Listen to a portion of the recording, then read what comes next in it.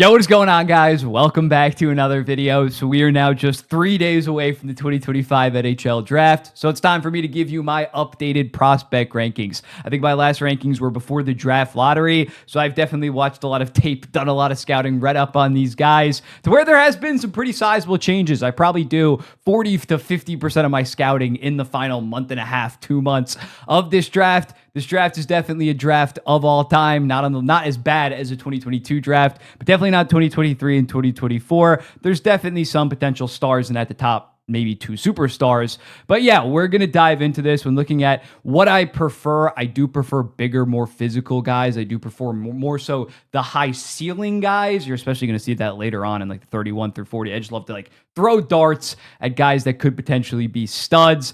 But yeah, that's kind of how I see it right now in terms of what I look for. I'm also going to say like when there's a massive drop off, because I do think that there are tiers, not just the top 2 guys in this draft. Like there's like we'll get into it. We'll get into it. I won't spoil where the tiers exactly break.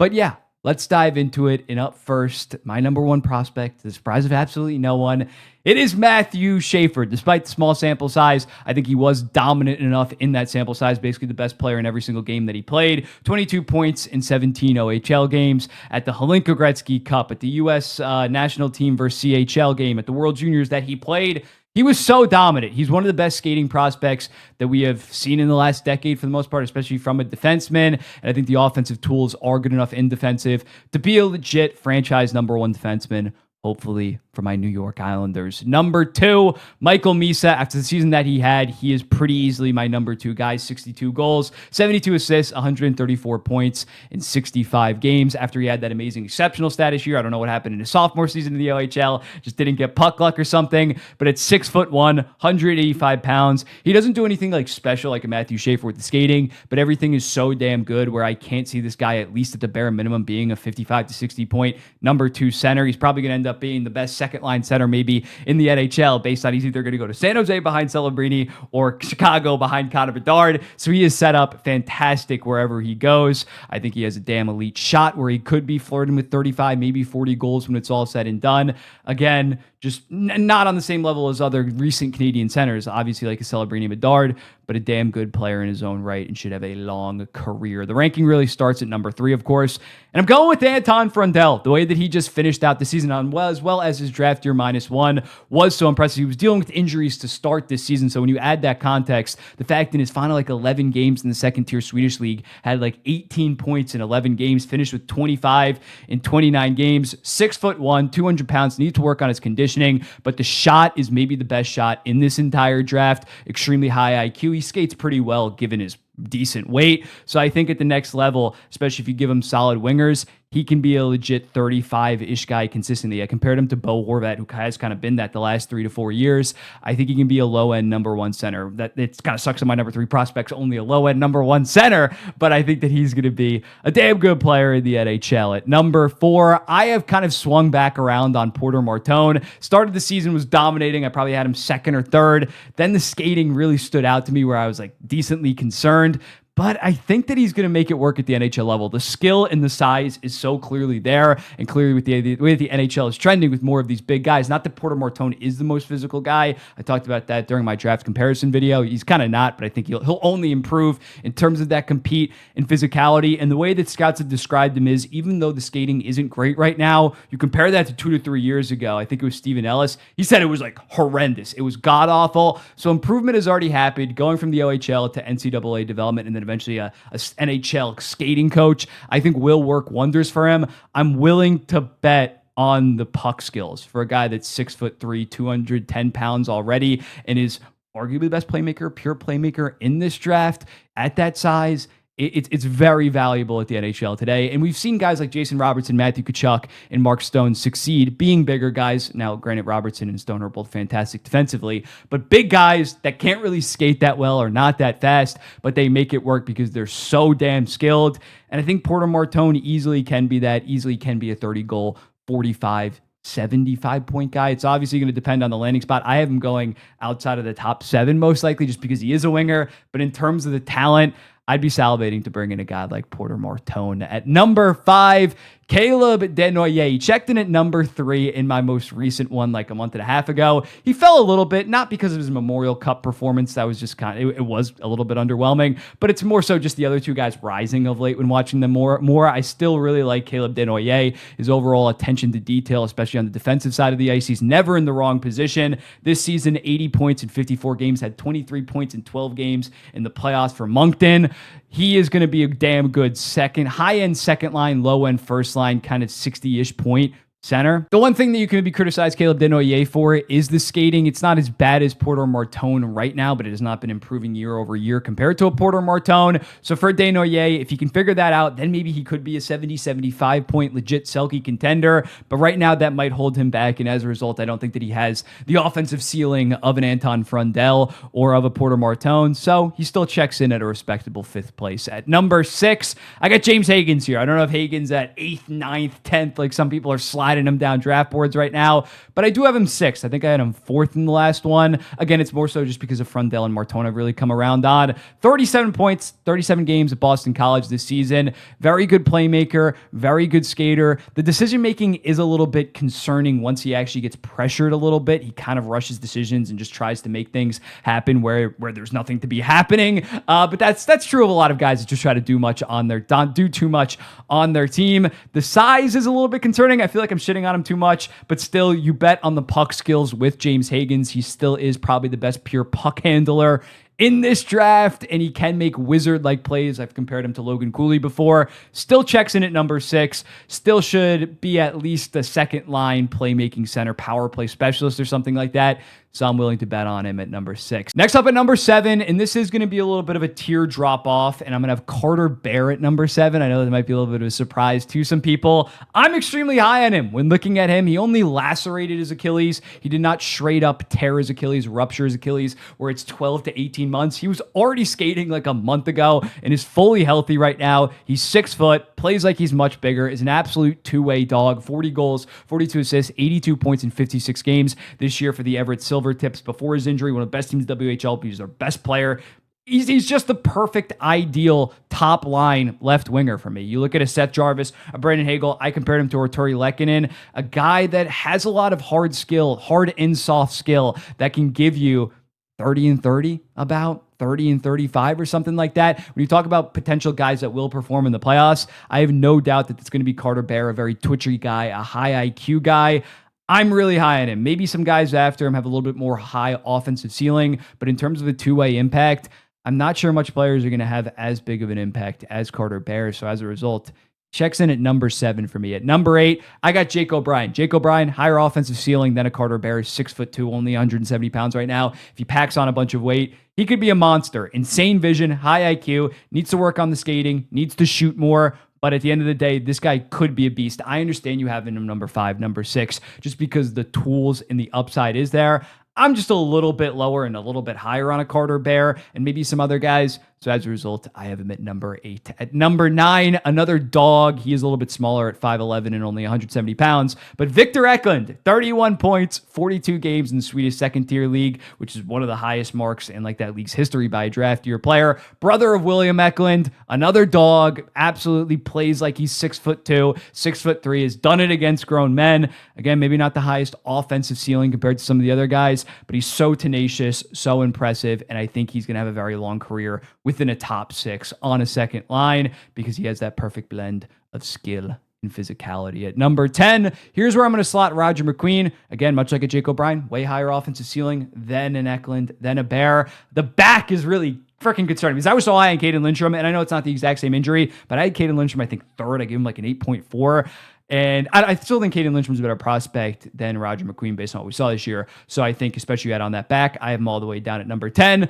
If he hits, he's really going to hit. Very strong skater for his size in transition. And his wrist shot, I know it's a little bit basic, but it does kind of remind you a little bit of Tage Thompson. I compared him more so to Kirby Dach because of the injury history. If it works out, it could be special. If I'm a team in the 12 to 14 range, I'm definitely taking a swing on him in the NHL draft.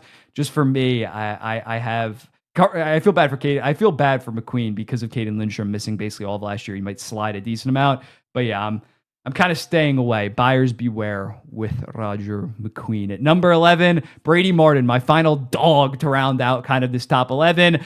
I don't think he should go fourth overall, but I definitely see the vision on why a team 8 through 12 would take this kid. He does have a decent amount of skill, 33 goals, 72 points, 57 games this season. He's not just some pure wrecking ball that doesn't really offer a lot of offense. He's pretty solid. He's pretty damn fast, and I think he's going to have a very effective career, similarly to some of the other guys I mentioned. Extremely high floor because of that, and in this draft, you're not going to find someone really outside of the top 10 that has legit star potential, so I think Brady Martin at number 11 makes a lot of sense. Number 12, Jackson Smith. Jackson Smith maybe does have a little bit of star potential, given the fact that he's 6'3", 54 points in 68 games this season. He has a metric shit ton of tools, already pretty solid defensively. If you can develop this guy well, you could have a very good top pair defenseman. I just like some of the forwards a little bit more in this draft, and as a result, he's at number 12. Number 13, Radim Murka, the big 6'6" right-handed defenseman. 35 points in 43 games in the WHL. I don't think that he has this 45-plus point potential, but I think he's damn good defensively, especially stopping guys in transition. He is going to be very effective. I compared him to a Tyler Myers. So yeah, I think he can be a very good second pair guy, most likely, and teams are going to salivate over him because he's a right-handed defenseman. He easily could be in the top 10. I've had him going to Seattle at 8 so many goddamn times. Very good prospect. I don't think offensively you can expect him to be your legit top pair two-way monster. More so of a second pair right-handed defenseman that could get you 25 to 30 points a season. At number 14, Kashan Aitchison. Very high floor guy considering the physicality that he brings to the table. He will knock you the hell out and have a smile while doing it. Did have 26 goals. That's not going to be that sustainable. He's not going to be scoring 12 to 15 goals at the NHL level, but 59 points in the OHL. Very solid defensively, responsible defensively, always in the right spot. And yeah, that physicality is definitely intriguing for a team that needs more juice come playoff time, especially with the way the Florida Panthers have kind of blueprinted it. The offense, again, similarly to a Murka, I don't think you can expect him to be a beast offensive defenseman, but the defensive capabilities and the physicality make him a safe pick within that teens range for me. I got him at 14. At number 15, Justin Carbono, kind of like the forgotten forward, I feel like, in this draft. In my opinion, after this, it falls off another tier. But yeah, damn good skater, very strong shot, probably a top 3 shot in this draft. 46 goals, 89 points in 62 games, 6'1". Easily could go top 10, would not surprise me one bit. If he has a good center that can keep up with him, he could be a legit 30-30 guy at the next level. Very impressive prospect this season. This is where a little bit of a drop-off goes, and we got Lynden Lakovich at 16th. 6'4", 195 pounds. Needs to be a little bit more physical, but has definitely been more physical this season compared to last season. After having 39 points in 68 games last year, had 58 points in 47 games. Broke his collarbone during the season, though. But there's a lot to like with Lynden Lakovich in terms of the overall tools. Skates pretty well for a 6'4" guy. Would not surprise me if he goes top 12 or something like that, given that size. In that skill at number 17, I have Milton Gash. This might shock some people. I'm very high in Milton Gash. 6'2", extremely high IQ, Swedish two-way center, very good defensively. I just don't see this guy not at least, I shouldn't say at least, but I see like the 20% worst case scenario is this guy being a good third line two-way center. And I think he could be a solid 50-ish point okay second line center on a fringe playoff team. I think his offense is being overlooked a little bit. Point per game at the Swedish juniors levels this year was very productive at the U18s and in the international tournaments. So I think he has more offensive jam than some of the people are giving him credit for. 18th, Colin Potter, arguably the best skater in this draft, probably the best skating forward. Schaefer's the best skating defenseman. But yeah, 22 points in 35 games this year at Arizona State. Was great at U18s. Unreal skating ability, not just north-south, but as well with his edges. What he did this year at college against 18 to 23-year-olds is very impressive. Has a solid shot, can make a decent amount, but just given that skating, he rightfully should go like top 22 in my opinion. Just having that one elite trait really bumps you up a lot in my own personal rankings. At number 19, Braden Coots, another guy similar to Milton Gash. Extremely high floor, maybe a little bit of a low ceiling considering the fact he only had 63 points in 60 games this year in the WHL for the Seattle Thunderbirds on the same team as Radim Murka. But yeah, very productive at U18s, 10 points at that tournament. I think he's like a slightly worse Constant Helenius from last season. And I think he's going to be a really good third line center, maybe low end second. I know it's pretty ridiculous that at 19th, those are the projections that I'm giving these guys. But yeah, Coots, also pretty damn physical for his size. He's like 5'11", 6 foot. Has a decent amount of jam that you definitely want to see come playoff time. At 20th, Ben Kindle. I'm going with Ben Kindle here. 99 points in 65 games. Maybe does have some of those that offensive ceiling that you look for if you're trying to take a home run. Obviously 5'10", but I do think his skating is good enough where it's not going to be a huge problem. It's not like he's 5'7", 5'8", or something like that. I think you bet on the offensive tools. The playmaking capabilities are very impressive with Ben Kindle towards the WHL. So I got him at number 20. At 21, a similar guy, Cole Rashny, 92 points in 62 games. Also only like 5'10" and a half. So that size is going to be a little bit concerning, I'm not going to lie. But I think he can be an effective offensive 50-ish point middle sixer, and especially good on the power play because his puck skills and passing ability is so impressive. I like Rashny a decent amount, and I got him at 21. At 22, kind of the exact opposite of Ben Kindle and Cole Rashny, I got Vaclav Nestrasil. This guy has really risen up my board after the prospect Don really convinced me on him. 6'5" in the USHL, not the most impressive numbers, only 19 goals, 23 assists, 42 points in 61 games, but he continuously improved throughout the season, and in the playoffs had 6 goals, 7 assists, 13 points in 14 games, and they eventually won the USHL. He's probably their best player on the playoff run. He's awesome. He's 170 pounds, 6'5", so he has even more of a physical frame to put on. And even at that weight, he was bodying people, ultimate high motor. And I think the playmaking is pretty damn good. He's creative. He tries a lot of shit. So I think Nestrasil is a guy that is going to rise a decent amount. I'd compare him to like an Alexei Protas. Not saying he's going to be 5th in the NHL and even strength points in a couple years, but I think Nestrasil, he's going to UMass next season, so you love to see that making the jump to college hockey, where they're only going to develop him more. They've recently developed guys like Adar Suniev and Scott Morrow.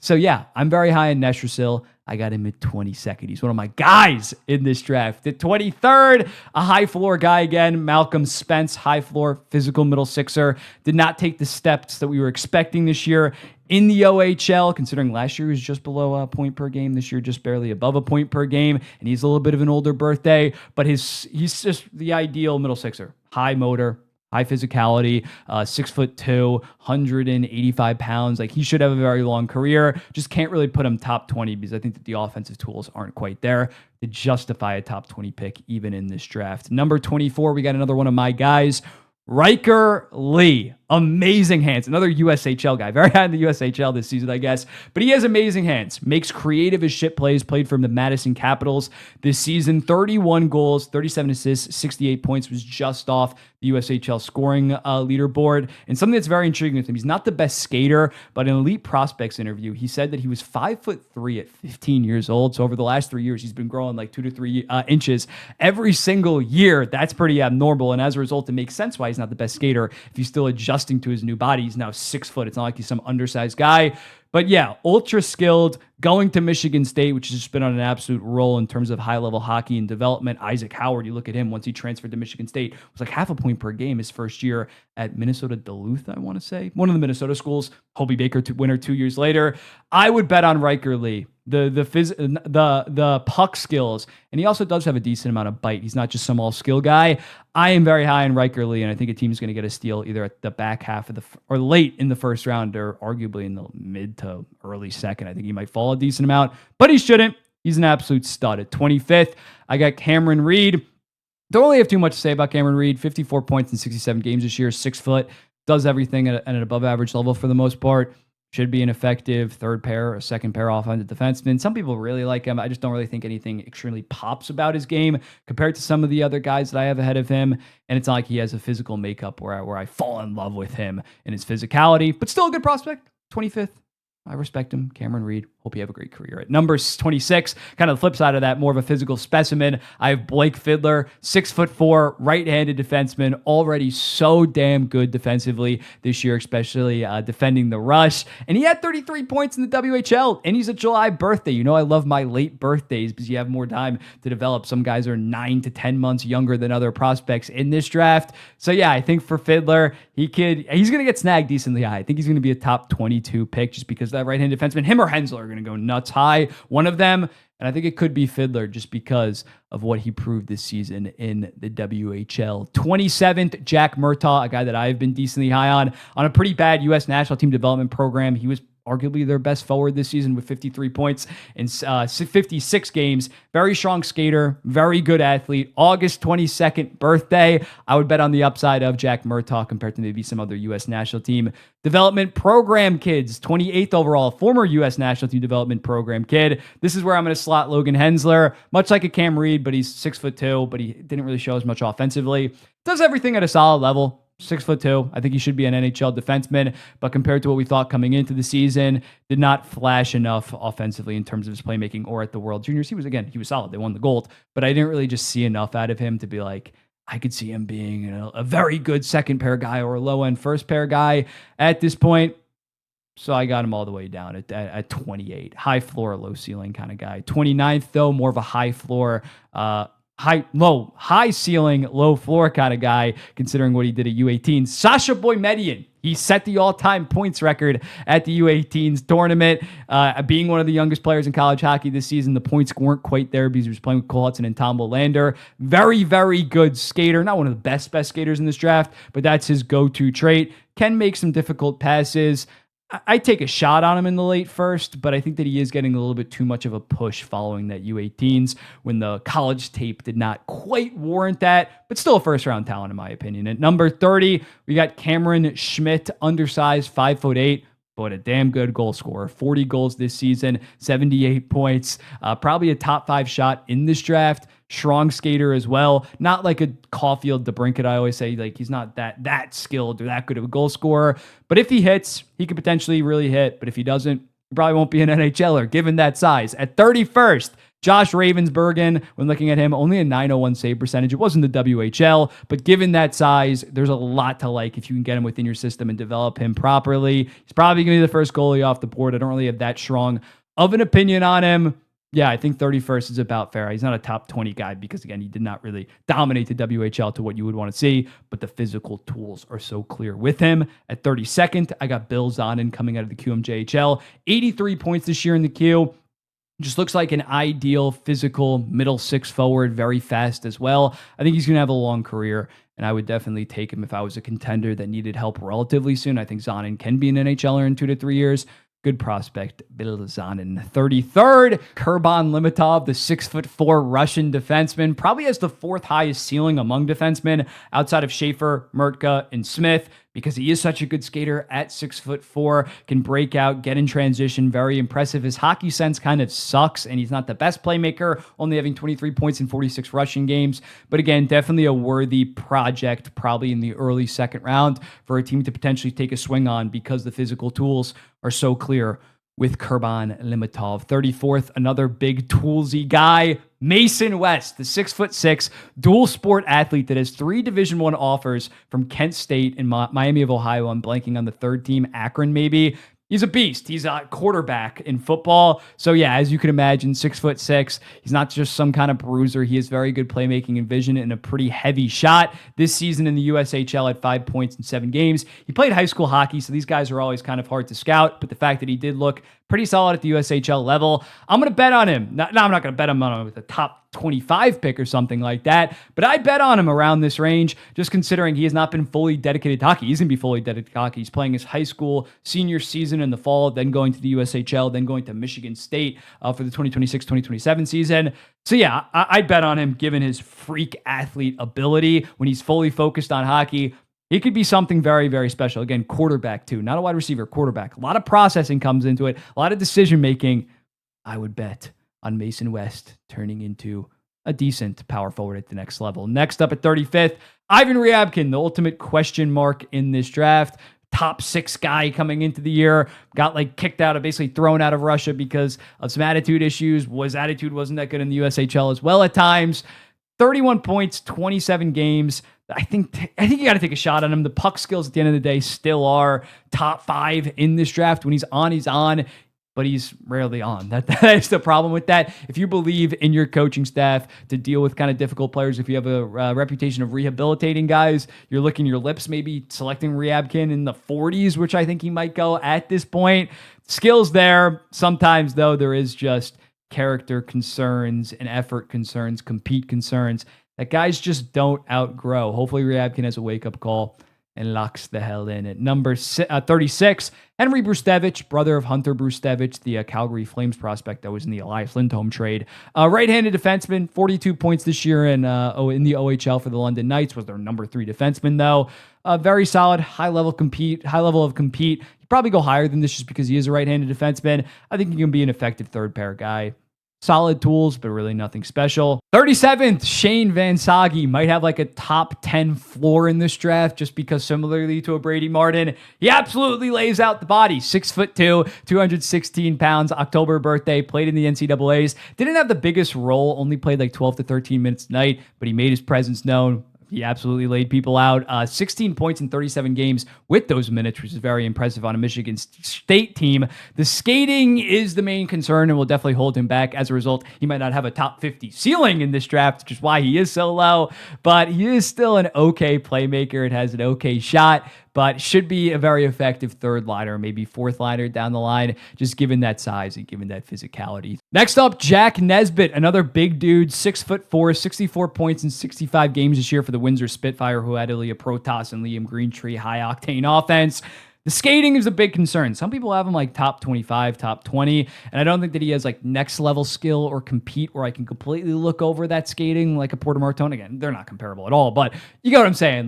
There's nothing that really pops outside of the size for Nesbit.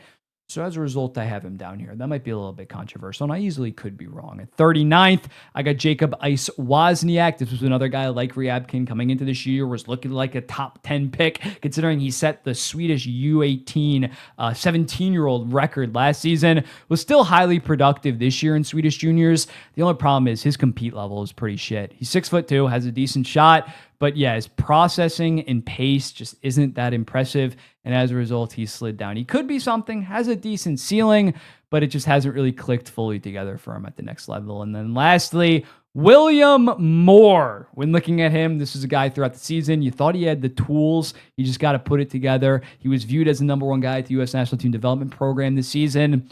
It just never came together. 6'2" center, not the best most consistent compete level. So as a result, he's slid and probably is going to be a second-round pick. I like guys like Murta, a decent amount more from the U.S. National Team Development Program. And I think even after, there's other guys in the 40s that are from the U.S. National Team. He's not even a clear-cut number 2.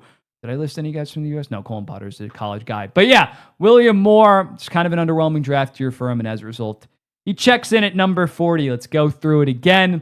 My 1 through 10. My 11 through 20. 21 through 30.